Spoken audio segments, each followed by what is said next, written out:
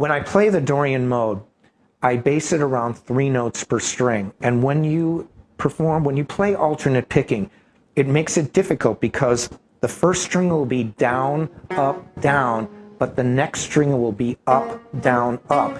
And one of the hardest things I found that guitar players, they have trouble with is hitting that new string on an upstroke.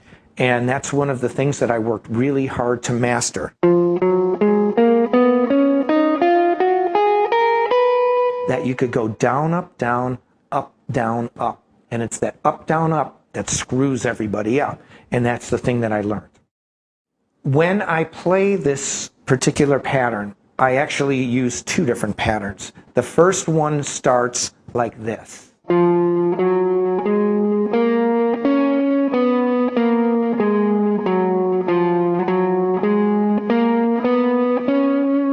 that point on, everything that I play is straight up and straight down. For example,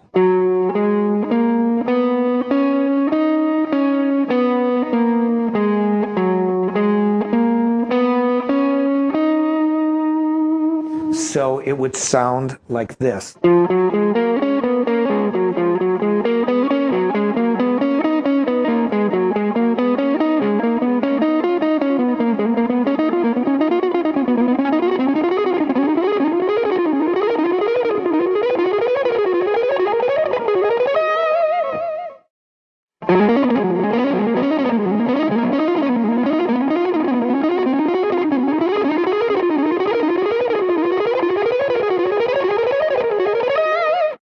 What I do, though, is when I play it slow, again, I have 2 different patterns. Why? I think there's 2 reasons. One, melodically, it sounds better. And 2, for lack of a better way to explain it, it's the path of least resistance, because I find it's easier to play it like that. And so I just play it the way I play it, and it came out like this.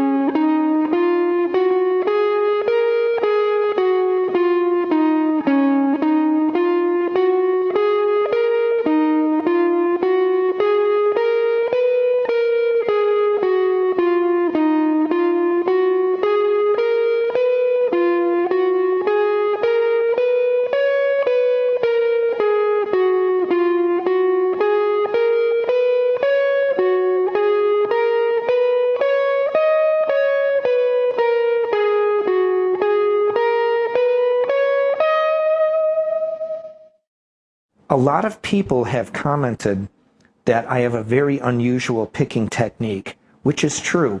There's a few reasons for this. One, I'm left-handed, so I really should be playing guitar the way Paul McCartney plays bass and guitar. So this was naturally the way I should play. When I first started at 10 years old, my father said, "Son, you would have a great advantage being a left-handed person playing a right-handed guitar." Translation, there were no left-handed guitars in the music store, so if you wanted to play guitar, you better play one of these. And but what happened was this. Okay, so I can do all these great things with my fretboard hand. This hand sucked bad. And especially when I started to learn alternate picking, I realized I had a real problem.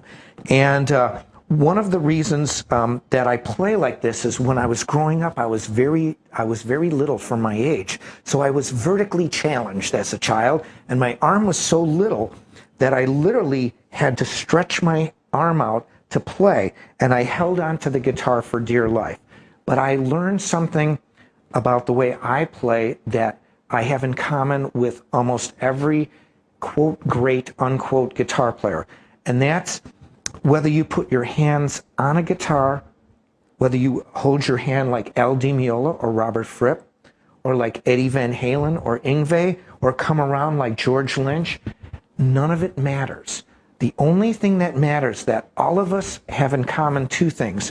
One, we have a slight angle in the way we hit the strings, and two, we rarely move this part of our hand. I said on my first instructional video, don't flick your thumb.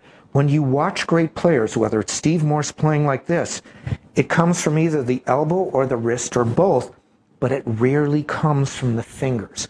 And even though I look like it's very strange and it comes across on an opposite angle, it's because I'm lefty. But what I do that everyone else does is this part doesn't move. And so I play like this, Steve Morse plays like this, Al Di Meola plays like this. That is what we have in common. And it's not doing this that is important. Now, every once in a while you're going to. I mean, you have to deal with sound and you're on stage and, loud amplifiers. So sometimes you need to move your hand back and forth for effects. But when you play fast, 99.99% of the great players do not move this part. When I put my fingers down on the body of the guitar, it creates a fulcrum for my arm and my hand to move like this. So when I play, it's a combination of my elbow and my wrist, but it's a very natural wrist motion. And so it's never given me any problems ever.